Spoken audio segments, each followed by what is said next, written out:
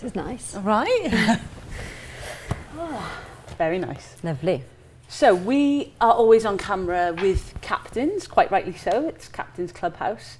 But we wanted to just talk about us a little bit and about where Captains Clubhouse came from. Yeah. So Let's do it. Let's tell everybody. It. So who are we? Who are you? So I'm Ria, former international hockey player, former chief executive turned female founder. Good friends with Vicki, been friends for a long, long time, and have always had this burning desire, I suppose, to do something special. And we've always wanted to do something special together, haven't we? And now we think it is the time. It's the start. This is the special thing. Yeah. And I'm Vicki, the other half of Captains Clubhouse.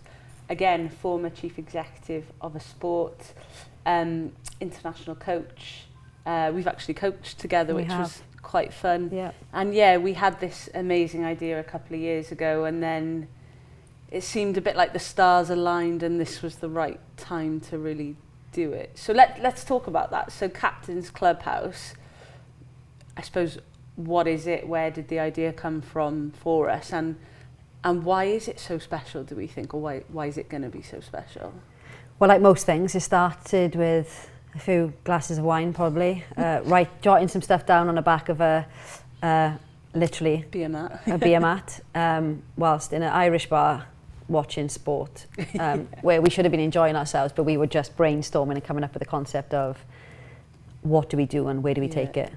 And I think the real sticking point and real aha moment for us was when we realised just how many sports captains, sports vice captains, and potential captains there are in the world. And we did some very rough numbers and calculated it as around 8 million. And that's 8 million people that are probably going about their business as sports captains, just not feeling supported or just being left up to their own devices. And that's essentially why Captains Clubhouse exists. Yeah, 100%. From a leadership perspective, it's underrated, undervalued, not considered. There's nothing out there for this kind of audience. And like in any other leadership role, sometimes something is always neglected, and we identified that this was something that was neglected, and we wanted to do something about it. Because when you think about it, people are made captains for one of three reasons. They're the best player, the loudest player, who might also be the best player, or actually nobody else will do it, and the AGM comes around and they're like, oh, okay, I'll take it on again. But then they're sort of left to their own devices for the season, and we like numbers and some other calculations where that depending on the level you play at, you could either be doing an extra hour's work a week or up to an extra 5 or 6 hours work a week as captain. All the communication with players, coaches, you might sit in on selection meetings, all of that extra stuff. And it's almost just, yes, it's an absolute privilege to be a captain, and we hear that from the people we speak to, but that's additional work essentially that you have to give for quite often nothing in return. And from a more elite space, like the responsibilities, the pressures, the stakeholders to manage, partners, NGBs, chief execs, boards, is having all of these expectations and responsibilities on you when actually you think it's an on the pitch, on the court, in the field responsibility, but it's not. It's so rounded, and the expectation you have to be able to, manage these conversations and lead with integrity, and still perform and be at the highest possible level out in the playing field. And I think sometimes people forget that. They forget that level of responsibility. And that's exactly where Captains Clubhouse comes in. It fills that space. It is the only place for sports captains to connect, learn, and lead. And lead. Yeah, thanks. And it's global. It's for everyone across the world who's a sports captain. Where do we want to see it go, mate? Like 5-10 years time. We talk about this often, but let's share. Where do we want to see Captains Clubhouse in a few years time? Like, I think what matters for me is where we can make the biggest impact. So let's not talk about scale in terms of like how we grow, but let's just talk about how many people that we can impact, support, help on their journey, from a community perspective, from an age group perspective.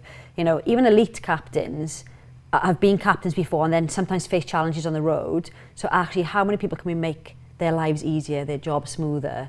So yes, of course, we want to reach as many people as we can, because we know it's a good tool, it's a good platform, but we want to impact as many people as we can. We want to support as many people as we can.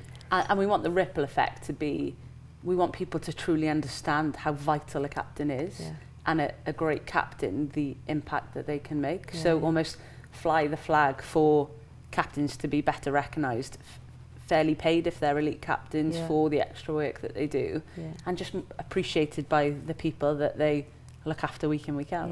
So. And how nice is it for them to have somewhere just to sit in the mud with someone? Yeah. You know, sometimes you look around yourself as a captain and go, I don't want to put this on. I don't want my team to know I'm feeling this way, and I don't want my coaches to think I'm in this environment or this feeling this way. How do I deal with something like that internally on my own? And the clubhouse is there to support people. They're not on their own. They're not on their own. No.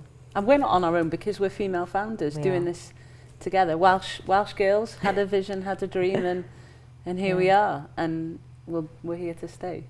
Amazing. Captain's handshake.